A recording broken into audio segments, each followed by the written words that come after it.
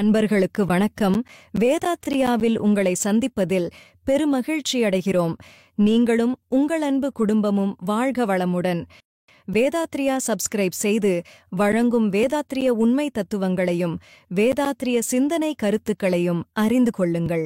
உங்கள் யோக பயணத்தில் உன்னத நிலையை பெறுங்கள். மெய்ப்பொருள் உண்மை ரகசியங்களை அறிந்து உணர்ந்து உங்கள் வாழ்வை வளமாக்கிக் கொள்ளுங்கள். நன்றி. வாழ்க வளமுடன். அன்பர்களே, இனி இன்றைய சிந்தனை கருத்தை நம் வேதாத்ரியாவில் காணலாம்.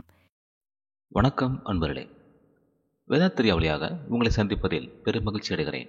நீங்களும் உங்கள் அன்பு குடும்பமும் வாழ்க வளமுடன். இன்று வேதாத்ரியாவில் நடந்த வாக்கெடுப்பு குறித்த சில உண்மைகளை நாம் அறிந்து கொள்வோம். எப்போதுமே ஒரு குறிப்பிட்ட கேள்வியை கேட்டு அதற்கு 4 பதிலை நாமே கொடுத்து அதில் எது சரியானது என்பதை தேர்ந்தெடுக்கும்படி நாம் ஒரு வாக்குப்பதிவு நடத்தப்படுவதுண்டு. அப்படி கடந்த வாரம் நடந்த இந்த வாக்கெடுப்பு குறித்த உண்மைகளை நாம் அறிந்து கொள்வோம்.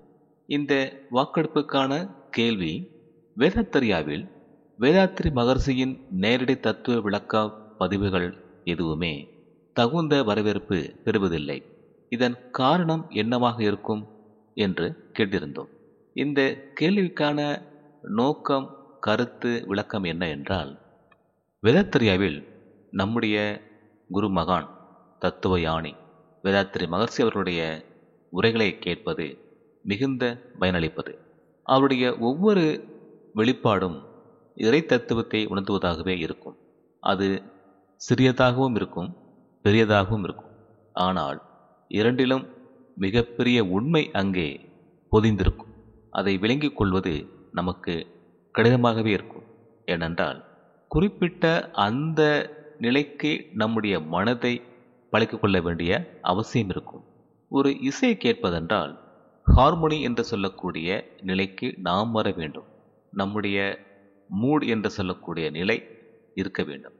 ஒரு நல்ல பாடலையோ அல்லது ஒரு சாதாரணமான பாடலையோ ரசிப்பதற்கு நம்முடைய மனநிலை என்ற ஒரு மூடு வேண்டும். இந்த மூடு என்பது இந்த இசைக்கு ஏற்றபடி நம்முடைய மனதை ஹார்மோனி செய்வது தான் இந்த மூடு. அப்படி இந்த வேதாத்ரி மகர்ஷி தன்னுடைய கருத்துக்களை சொல்லும் பொழுது நாம் அந்த அளவிற்கு நம்முடைய மனதை அங்கே குவிக்க வேண்டும். அப்போதுதான் அவர் என்ன சொல்கிறார் என்ற ஒரு அர்த்தத்தை நாம் புரிந்து கொள்ள முடியும். புரிந்து கொண்டால்தான் அதை நம்முடைய அனுபவமாக்கி கொள்ள முடியும். அனுபவமாக்கி கொண்டால் நமக்கு ஒரு உணர்வு வந்துவிடும். இறை உணர்வு என்ற விளக்கம் நமக்கு கிடைத்துவிடும். நம்முடைய குருமகான் வேதாத்ரி மகர்ஷி அவர்கள் தன்னை வான்காந்தத்தில் கரைத்து கொண்டாலும் கூட நமக்கு எல்லா வகையிலும் உதவுகிறார். ஒரு விளக்கத்தை நாம் நினைத்து கொண்டிருக்கும் பொழுது அல்லது சிந்தித்து கொண்டிருக்கும் பொழுது, ஒரு கேள்வியை முன்வைக்கும் பொழுது ஏதேனும் ஒரு வகையில் அந்த விளக்கத்தை நமக்கு அவர் தருகிறார் என்பது உண்மை. நான் என்னுடைய அனுபவத்திலே அதை கண்டிருக்கிறேன். எப்படி வேதாத்ரி மகர்ஷி அவர்கள் மெய்ப்பொருள் தனக்குள்ளாக பேசுகிறது, தெய்வீக குரல் கேட்கிறது என்று சொல்கிறாரோ, அதுபோல இந்த வேதாத்ரி மகர்ஷியும் நமக்கு உதவுகிறார். தன்னுடைய வழிவரும் அன்பர்களுக்கு அவர்கள் கேட்கும் விளக்கத்தை நிச்சயமாக தருகிறார். அப்படியான ஒரு நிலைக்கு நாம் வந்து விடுவதற்காக வேதாத்ரி மகர்ஷியின் கருத்துக்களை நாம் அதிகமாக கேட்டு புரிந்து கொள்ள வேண்டியது அவசியமாகிறது. அந்த நோக்கத்தில்தான் இந்த கேள்வியை நாம் கேட்டோம். நம்முடைய இந்த யூடியூப் சேனல் வேதாத்ரியா என்று வைத்திருந்தால் கூட அதற்கான மதிப்பு இருக்கிறதா இல்லையா என்பது தெரியவில்லை. ஏனென்றால் நாம் இந்த வேதாத்ரியாவில் வேதாத்ரியா கருத்துக்களை மட்டுமே தான் சொல்லிக்கொண்டே வருகிறோம். என்றாலும் கூட அதற்கான அன்பருடைய வரவேற்பு ஒரு பொது தமிழ் மட்டும்தான் இருக்கிறது. ஒரு அளவுக்கு மேல் கூடுகிறது என்று பார்த்தால் மிக மிக குறைவாகவே செல்கிறது. ஆனால் வேதாத்ரியம் சொல்லுகிறேன் என்ற பார்வையில் ஏதேதோ பேர்களை வைத்து இந்த காணொளி தளத்தில் நிறைய பேர் இயங்குகிறார்கள். அவர்களுக்கெல்லாம் மிக அதிகமான பின்தொடர்பாளர்கள் இருக்கிறார்கள். அதுபோக வேதாத்ரி மகர்ஷியின் எந்த ஒரு பதிவை போட்டாலும் கூட அதிகமான அன்பர்கள் பார்வையிட்டு அதை மதிப்பளித்து உயர்த்துகிறார்கள். ஆனால் வேதாத்ரியா என்ற பெயரை வைத்துக்கொண்டு அந்த தளத்தில் குருமகான் வேதாத்ரி மகர்ஷி அவருடைய பதிவுகளை போட்டால் யாருமே அதிகம் பார்ப்பதில்லை. இதுவும் ஒரு குறையாக எனக்கு தெரிந்தது. இந்த வரவேற்பு ஏன் கிடைக்க மாட்டேங்கிறது என்பதை நாம் கேட்டு பார்க்கலாமே என்ற ஒரு நோக்கத்தில்தான் இந்த பதிவை நான் இங்கே வாக்கெடுப்பாக கொடுத்தேன். இப்பொழுது இந்த வாக்கெடுப்பை நாம் மீண்டும் பார்க்கலாம். வாக்கெடுப்பின் கேள்வி: வேதாத்திரியாவில் வேதாத்ரி மகர்ஷியின் நேரடி தத்துவ விளக்க பதிவுகள் எதுவுமே தகுந்த வரவேற்பு பெறுவதில்லையே, இதன் காரணம் என்னவாக இருக்கும் என்று கேள்வி கேட்டுவிட்டு அதற்கு 4 பதிலை தந்திருந்தோம். ஒரு பதில், அவரின் நேரடியான தத்துவ விளக்கம் புரியவில்லை என்பது. இரண்டாவது, இதை காண்பதும் கேட்பதும் சுவாரஸ்யமில்லை என்பது இரண்டாவது. மூன்றாவதாக, இதெல்லாம் ரொம்ப ஓல்டு மேட்டர், அதனால்தான் என்பதாக இருக்கிறது. நான்காவதாக, வேதாத்ரியாவில் போட்டால் மட்டும் பார்த்து விடுவோமா என்ற கேள்வியை கேட்டிருந்தோம். இந்த 4க்கும் நமக்கு கிடைத்த மதிப்பெண்கள் பார்த்தால், வாக்கெடுப்பின் மதிப்பெண்கள் பார்த்தால், முதலாவதாக கேட்ட அவரின் நேரடியான தத்துவ விளக்கம் புரியவில்லை என்பது 71% இருக்கிறது. பெரும்பாலான அன்பர்களுக்கு வேதாத்ரி மகர்ஷியின் தத்துவ விளக்கம் கேட்டால், பார்த்தால், விளக்கினால் புரியவில்லை என்பது தெளிவாகிறது. ஏறக்குறைய உண்மை அதுதான்.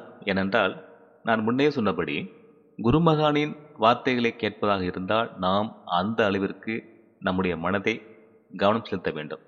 அவர் என்ன சொல்ல வருகிறார் என்பதை கூர்ந்து கவனிக்க வேண்டும். மனதில் எந்த ஒரு சிந்தனையும் இல்லாமல் அவரை பின்பற்ற வேண்டும். அப்பொழுதுதான் அந்த விளக்கம் நமக்கு அப்படியே கிடைக்கும். அதை மீண்டும் நினைத்து பார்க்கும் பொழுது நிச்சயமாக அதற்கான விடை கிடைக்கும் என்பது உறுதியானது.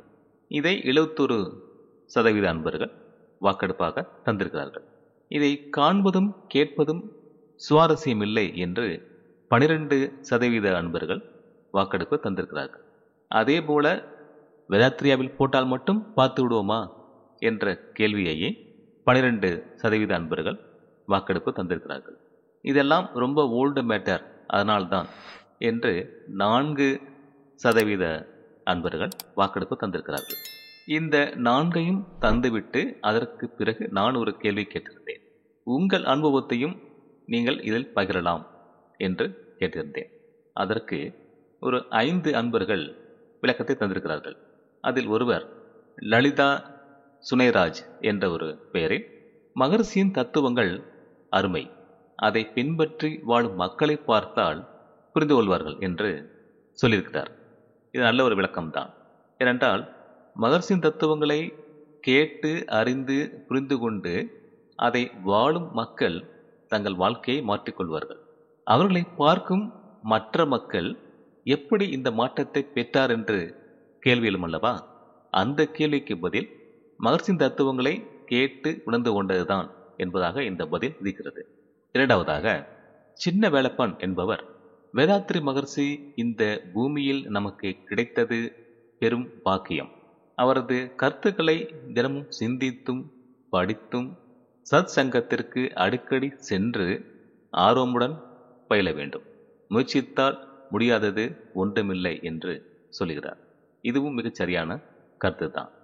மூன்றாவதாக, 0 ஜூன் என்ற ஒரு அன்பர், காண்போரின் உள்வாங்கும் திறன் போதாமைதான் காரணம் என்று சொல்லுகிறார். ஒரு சிலருக்கு அப்படி ஒரு குறைபாடு இருக்கலாம். எது சொன்னாலும் அவர் புரிந்து கொள்ள மாட்டார். காரணம், அவர் நாம் சொல்வதை கேட்பார், ஆனால் உள்ளுக்குள் வேறொரு சிந்தனை ஓடிக்கொண்டே இருக்கும். இது சரியா, இது சரியா, அல்லது வேறு ஏதாவதா, இவர் சொல்வது இதற்கு பொருந்துகிறதா என்று கணக்கு போட்டுக்கொண்டே இருப்பார். நாம் சொல்வதை உள்வாங்கி முழுமையாக புரிந்து கொள்ளாமல் அதற்கு பதிலாக அவர் வேற எங்கேயோ இயங்கிக் கொண்டே இருப்பார். இதுதான் உள்வாங்கும் திறன் போதாமை என்று சொல்லப்படும். இதுவும் ஒரு காரணம்தான். நான்காவதாக, கோமதி ரத்தின சபாபதி என்ற ஒரு அன்பர், நேரம் ஒதுக்காமை என்று சொல்கிறார். இதுவும் ஒரு காரணமாக இருக்கலாம். ஒரு உண்மையை, ஒரு விஷயத்தை நாம் புரிந்து கொள்ள வேண்டும் என்றால் அதற்கென்று ஒரு நேரம் ஒதுக்கி முழுமையாக கவனத்தை நாம் செலுத்திக் கொண்டிருக்க வேண்டும். வேதாத்ரி மகர்ஷியின் உரைகளை கேட்பதாக இருந்தால், பார்ப்பதாக இருந்தால் அதற்கென்று ஒரு நேரம் ஒதுக்கி அமைதியாக, பொறுமையாக, முழுமையாக கேட்க வேண்டும். அப்படி நேரம் ஒதுக்கினால் நன்றாக இருக்கலாம். ஐந்தாவதாக காஞ்சனமாலா என்ற ஒரு அன்பர், வேதாத்திரியம் என்பது எல்லா வகையிலும் ஒரு உன்னத வாழ்க்கை வாழ வழி சொல்லும் மனோ தத்துவம். அதில் ரெடிமேட் ரெமெடி இல்லை. ஆழ்ந்து உணர்ந்து கற்றுக்கொண்டால் அதைவிட உன்னதமானது ஏதுமில்லை. கற்றவர் மட்டும் இல்லை, அவர் சந்ததியே உயர்வாக வாழும். வாழ்க வளமுடன். இன்னும் சிறிது காலத்தில் மக்களை முழுமையாக சென்றடையும் என்று சொல்லுகிறார். இதுவும் சரியான கருத்து தான். நாம் இந்த உலகில் எல்லாமே உடனடியாக கிடைக்க வேண்டும் என்று நினைக்கிறோம். ஒரு பொருளோ ஒரு உணவோ அல்லது ஒரு உதவியோ எல்லாமே உடனடியாக வேண்டும், இல்லை என்றால் வேண்டாம் என்ற ஒரு கருத்துக்கு நாம் வந்துவிட்டோம். பசிக்கு உணவு விட பொறுமையின்றி வாழக்கூடிய சமுதாயமாக நாம் மாறிவிட்டோம். அப்படி இருக்கும் பொழுது இந்த யோகத்தில், ஆன்மீகத்தில் நம்மை நாம் அறிவதற்கு, மெய்ப்பொருளை உணர்ந்து கொள்வதற்கு, இந்த இயற்கையை புரிந்து கொள்வதற்கு உடனடியாக புரிந்து கொள்ள வேண்டும் என்றால் எப்படி ஆகும்? எத்தனையோ பிறவி வழியாக கிடைக்காத ஒரு வாய்ப்பு இந்த பிறவியில் நமக்கு கிடைத்திருக்கிறது. அதற்கு உதவியாக வேதாத்திரி மகர்ஷி அவர்கள் தன்னுடைய வாழ்க்கையை அர்ப்பணித்து நமக்கு இந்த உண்மையை புரிய தந்திருக்கிறார். முழுமையாக ஒரு விளக்கமாக இதுவரை யாரும் தராத வகையில் அப்பட்டமான உண்மையை நமக்கு தந்திருக்கிறார் இந்த வேதாத்திரி மகர்ஷி அவர்கள். அதை நாம் விட்டுவிட்டு அதில் ஒரு குறுக்கு வழியை தேடிக்கொண்டிருப்பது தான் அவரை புரிந்து கொள்வதற்கு வாய்ப்பு இல்லாமல் நம்மை தடுக்கிறது. இதுதான் உண்மை. எனவே இந்த வாக்கெடுப்பில் நாம் தெரிந்து கொண்ட உண்மை என்னவென்றால், வேதாத்திரி மகர்ஷியின் நேரடி தத்துவ விளக்க பதிவுகள் எதுவுமே தகுந்த வரவேற்பு பெறுவதில்லை. இதன் காரணம் என்னவாக இருக்கும் என்ற கேள்விக்கு மக்களின், அன்பர்களின் வாக்கெடுப்பில் கிடைத்த உண்மை, அவரின் நேரடியான தத்துவ விளக்கம் புரியவில்லை என்பதுதான். இது மிக மிக சரியான உண்மையான வாக்கெடுப்பாகும். இதற்கு வழி என்ன என்று பார்க்கும் பொழுது என்னுடைய அனுபவத்தை நான் சொல்லுகிறேன்.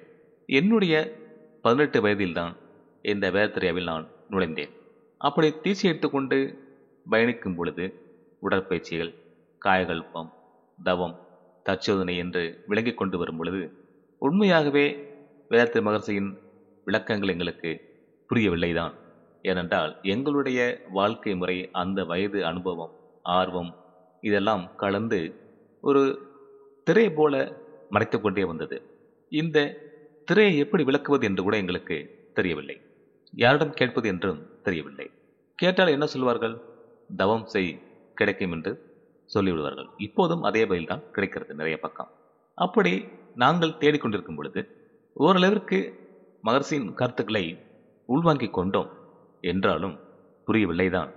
ஆனால் மனப்பாடமாக சொல்லும் அளவிற்கு நாங்கள் எங்களை வளர்த்து கொண்டோம். அவருடைய கவிகள், காந்த தத்துவ விளக்கங்கள், தவ விளக்கங்கள், தத்துவ விளக்கங்கள், இப்படி எல்லாவற்றையுமே அடிக்கடி படித்து புரிந்து கொள்ள முயற்சித்தோம். என்றாலும் அந்த அளவிற்கு எங்களால் உயர முடியவில்லை. ஆனால் மற்ற பேராசிரியர்கள் பேசும் பொழுது ஒரு விளக்கம் எங்களுக்கு கிடைத்தது. அது என்னவென்றால், மகர்ஷி எப்படி தன்னுடைய விளக்கத்தை தருகிறார், எப்படி புரிந்து கொள்ள வேண்டும் என்ற ஒரு விளக்கம் அங்கே கிடைத்தது. உண்மையாக நாங்கள் எதிர்பார்த்த முழு விளக்கம் பேராசிரியர் வழியாக கிடைக்கவில்லை. ஒரு ஏமாற்றம்தான். அதை நாம் முழுமையாக சொல்ல முடியாது. நாங்கள் எதிர்பார்த்த அளவிற்கு எங்களுக்கு விளக்கம் கிடைக்கவில்லை. ஆனால் அவர்கள் வழியாக வேதாத்திரி மகர்ஷியை எப்படி புரிந்து கொள்ள வேண்டும் என்ற ஒரு விளக்கம் கிடைத்தது. ஒரு ஏணியில் முதல் படி அவர்கள்தான். அதை எங்களால் மறுக்க முடியாது. ஆனால் அதற்கு பிறகு மகர்ஷியை நாங்கள் முழுமையாக புரிந்து கொள்ள மிகச்சிறந்த வழி கிடைத்தது. எந்த வழியில், எந்த பார்வையில் வேதாத்திரி மகர்ஷியை பார்க்க வேண்டும், எப்படி அவருடைய தத்துவத்தை கேட்க வேண்டும் என்ற ஒரு விளக்கம் எங்களுக்கு கிடைத்தது. அந்த பேராசிரியருடைய அனுபவம் எங்களுக்கு உதவியது. அதை வைத்துக் கொண்டு மகர்ஷியை கரம் பற்றி கொண்டோம். அப்படி பற்றி கொண்டு அவருடைய எல்லாவற்றையும் இன்னும் முழுமையாக, ஆழமாக நேரம் ஒதுக்கி அடிக்கடி படித்து கேட்டு விளக்கம் ஆராய்ந்து பார்க்கும் பொழுது அந்த உண்மை எங்களுக்கு கிடைத்தது. முழுமையாக வேதாத்திரி மகர்ஷி அவர்களுடைய நிலையான நிறைப்பேற்று நிலை என்ற ஒரு முழுமை எங்களுக்கு கிடைத்தது. இதற்கு வாழ்க்கையில் நடந்த சில விஷயங்களும் எங்களுக்கு உதவியது. என்னுடைய வாழ்க்கையில் எனக்கு நடந்த 2 விபத்துக்கள் உதவியது. அதன் வழியாக இன்னும் பல உண்மைகளை நேரடியாக அனுபவிக்க முடிந்தது. அந்த விளக்கத்தின் வாயிலாக உண்மையை புரிந்து கொள்ள முடிந்தது. இதற்கு உதாரணமாக ஒரு பாடலை நான் இங்கே சொல்லுகிறேன். வித்தை என்றால் பிரம்ம வித்தை உயர்வதாகும். வேதாந்தம் பேசுவதால் கிட்டிடாது. அத்துவிதமாகி அவன் எங்குமாகி அணுமுதலாய் அண்டங்களாகி தாங்கும் சுத்தவெளி சூனியமாய் நிறைந்த தன்மை சூட்சுமமாய் அனுபவமாய் அறிந்து நிற்கும் தத்துவத்தின் முடிவான தானேயான தனையறிந்த வித்தையது தர்க்கம் வேண்டாம். இந்த பாடல்தான் புரிதலே மிக தெளிவாக விளக்கும் ஒரு கவியாகும். இந்த உண்மையை நாங்கள் புரிந்து கொள்வதற்கு கிட்டத்தட்ட 36 ஆண்டுகள் ஆகிவிட்டது. என்றாலும் எங்கள் பிறவியின் நோக்கமும் கடமையும் பயனும் நிறைவேறியது. இந்த உண்மை விளக்கத்திற்கு பிறகுதான் இந்த வேதாத்ரி சேனலை ஆரம்பித்து என்னால் விளக்கத்தை தர முடிந்தது. இல்லை என்றால் 10ஓடு 11ஆக நானும் போயிருப்பேன். இப்படியான விளக்கத்தை தருவதற்காகத்தான் இந்த வேதாத்ரியாவின் நோக்கம் அமைக்கப்பட்டிருக்கிறது. அந்த வழியில்தான் வேதாத்ரி மகர்ஷியின் தத்துவங்களை எந்தெந்த வகையில் நாம் புரிந்து கொள்ள முடியுமோ அந்த வகையில் ஒரு கேள்வி கேட்டு அந்த கேள்விக்கான பதிலாக விளக்கமாக தந்து கொண்டிருக்கிறோம். இதுவரை இந்த வேதாத்ரியாவில் வேறு எந்த ஒரு குறிப்பிட்ட தத்துவ விளக்கத்தை நாம் எடுத்துக்கொண்டதில்லை. யாரையும் குறிப்பாகவோ உதாரணமாகவோ சொன்னதே இல்லை. வேதாத்ரி மகர்ஷிக்கு எப்படி ஒரு விளக்கம் தன்னுடைய அனுபவத்தால் தர முடிந்ததோ அதுபோல நாங்களும் வேதாத்ரி மகர்ஷியின் தத்துவ விளக்கத்தை எங்களுடைய அனுபவத்தில் தந்து கொண்டிருக்கிறோம். இந்த கருத்து கணிப்பில் கலந்து கொண்ட எல்லா அன்பர்களுக்கும் என்னுடைய நன்றியையும் வாழ்த்துக்களையும் தெரிவித்துக் கொள்கிறேன். அவர்களை மனம் நிறைந்து வாழ்த்து மகிழ்கிறேன். நன்றி. நல்ல நண்பர்களே, நாம் மீண்டும் அடுத்த ஒரு பதிவிலே சந்திப்போம். நன்றி. வாழ்க வையகம், வாழ்க வையகம், வாழ்க வளமுடன். வணக்கம் அன்பர்களே, வாழ்க வையகம், வாழ்க வளமுடன். வேதாத்ரிய சேனலோடு இணைந்து கொள்ளுங்கள். உங்கள் உடல் நலம், மனவளம், உயிர் வளம் பெருக்கிக் கொள்ளுங்கள். உங்கள் வாழ்க்கையையும் பொருளாதாரத்தையும் உயர்த்திக் கொள்வதற்கான வழிகள் இங்கே சொல்லப்படுகின்றன.